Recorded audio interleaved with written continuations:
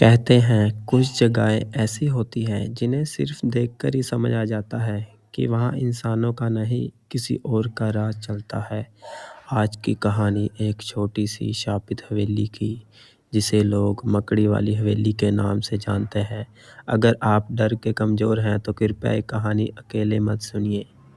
कहानी शुरू होती है। राजेश एक साधारण सा लड़का था। दिल्ली में रहता था, जॉब करता था। उसकी नानी का देहांत हुआ था और वो अपने गांव गया था।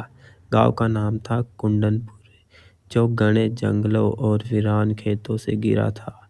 शाम ढल चुकी थी, हवा में अजीब सर्दी थी। नानी की अंतिम क्रिया के बाद राजेश घर लौट रहा था।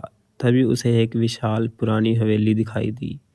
हवेली टूटी हुई थी, लेकिन उसके ऊपरी खंभों पर इतनी बड़ी बड़ी धूल बड़ी मकड़ियों लटकी हुई थी कि देखकर किसी का भी खून जम जाए। रज गांव वाले उस हवेली को देखकर रास्ता बदल लेते थे। राजेश ने अपने चाचा से पूछा, चाचा, ये हवेली इतनी डरावनी क्यों है? चाचा ने सिर्फ इतना कहा, उधर मत जाना राजेश, वहाँ जो रहता है वह इंसान नहीं है। चाचा की आंखों में अफसोस और डर दोनों थे।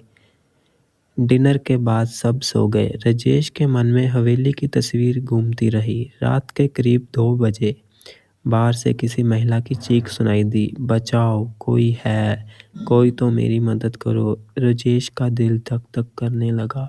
वो खिड़की से बाहर झांकता है। हवा से धुंध थी और दूर से वही मकड़ी वाली हवेली दिख रही थी।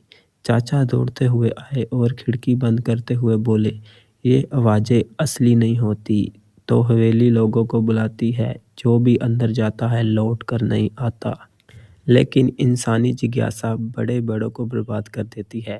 राजेश ने सोचा, इतना भी क्या डर, कोई इंसान डराने की कोशिश कर रहा होगा।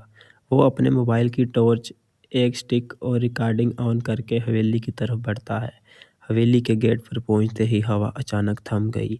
चारों तरफ एकदम घोट खामोशी फैल गई। राजेश धीरे धीरे अंदर गया। दरवाजा अपने आप बंद हो गया। धड़म। राजेश चिल्लाया, कौन है, दरवाजा खोलो। अचानक उसके पीछे एक लंबी परछाई गुजरी।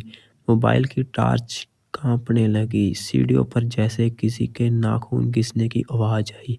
खा खा खा खा खा। मकड़ी का झुंड। राजेश ऊपर की ओर बढ़ा।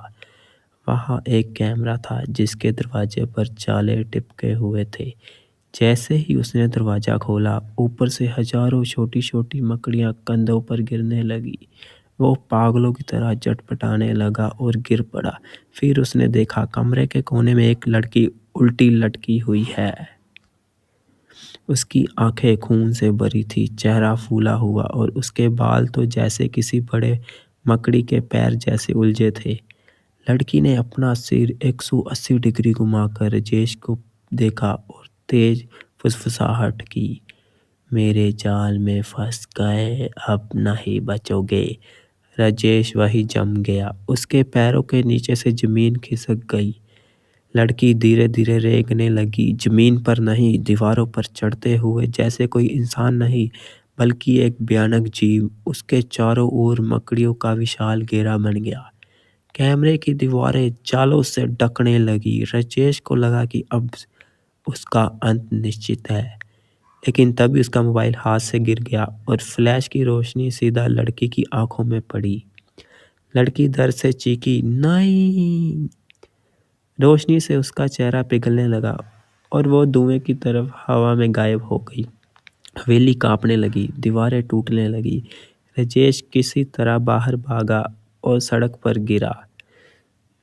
सुबह गांव वाले उसे बेहोश पाए। चाचा ने उसे पानी पिलाया और धीरे से बोले, वो लड़की यहाँ 100 साल पहले मरी थी। मकड़ी से डरती थी, पर मरते मरते किसी श्राप के कारण खुद मकड़ी जैसी बन गई। जो भी हवेली में घुसता है उसे वो अपना शिकार बना लेती है। राजेश ने गांव छोड़ दिया है, लेकिन आज भी वह रात नहीं सोता। तो उसके कंधे पर कभी कभी छोटी छोटी मकड़ियाँ रेंगती हुई महसूस होती है। उसकी सांस रुक जाती है क्योंकि उसे याद आता है वो हवेली अभी भी किसी और शिकार का इंतजार कर रही है।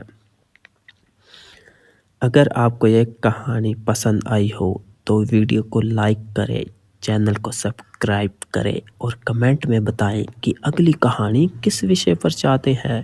और याद रखिए, डर सिर्फ मन में होता है, कभी कभी वो आपके पीछे खड़ा होता है।